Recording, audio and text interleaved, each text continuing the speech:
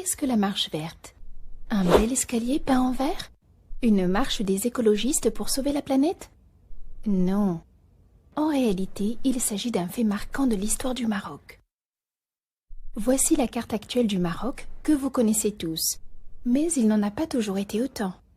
Depuis le XIe siècle, sous le règne almoravide, l'Empire s'étendait jusqu'aux frontières du Sénégal. Cela jusqu'en 1884, lorsque les colons espagnols décidèrent de s'installer sur les côtes du Sahara marocain.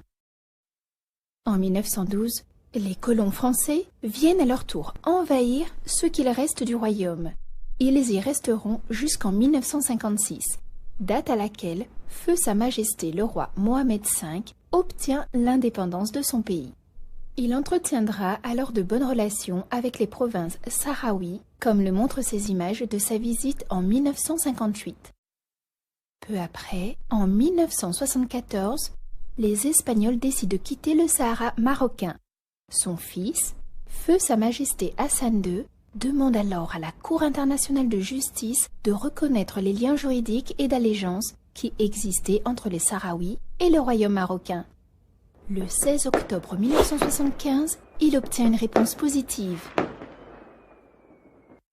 Le jour même, il s'adresse au peuple pour annoncer cette grande nouvelle et demander des volontaires pour une marche pacifiste vers le sud, vers le Sahara marocain. Munis uniquement d'un Coran, d'un drapeau et de leur foi, plus de 350 000 personnes prennent pacifiquement la route du sud, vers Marrakech, puis Agadir, et enfin Tarfaya. Des centaines de milliers de citoyens, dont 10% de femmes, abordent plus de 12 000 camions, 113 trains, avions, bateaux, apportant avec eux 9 millions de briques de lait, 2500 tonnes de sucre, 4500 tonnes de farine, 2500 tonnes d'huile, 300 tonnes de poissons, 20 000 théières, 400 000 couvertures et des millions de litres d'eau. Ils parcourront des milliers de kilomètres en seulement 18 jours, animés par la volonté de libérer les provinces du Sud dans la joie. Le 5 novembre 1975, dans un nouveau discours prononcé à Agadir, Feu Sa Majesté le roi Hassan II appelle les Marocains à fouler leurs terres, palper leur sable et embrasser un sol qui fait partie intégrante de leur pays. شعبي العزيز غدا إن شاء الله ستخترق الحدود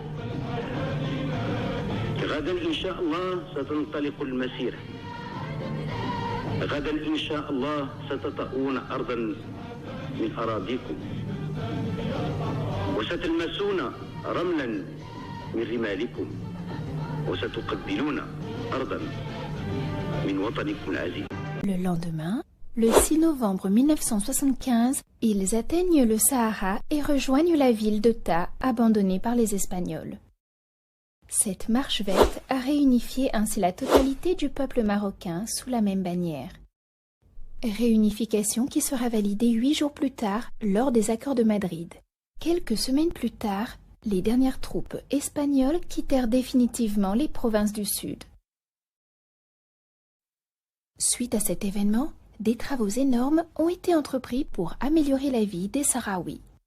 En effet, une partie importante des ressources et des richesses des régions centrales du Maroc est dédiée à la satisfaction des besoins des Marocains du Sud.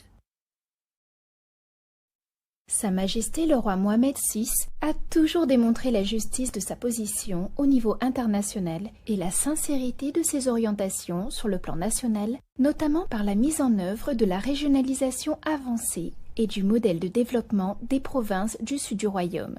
Aujourd'hui, il se charge de garantir l'intégrité territoriale avec autant de tact et de fermeté que le firent son père et son grand-père avant lui. La cause du Sahara est la cause de tous les Marocains sans exception. Le Sahara a toujours été marocain et il le restera.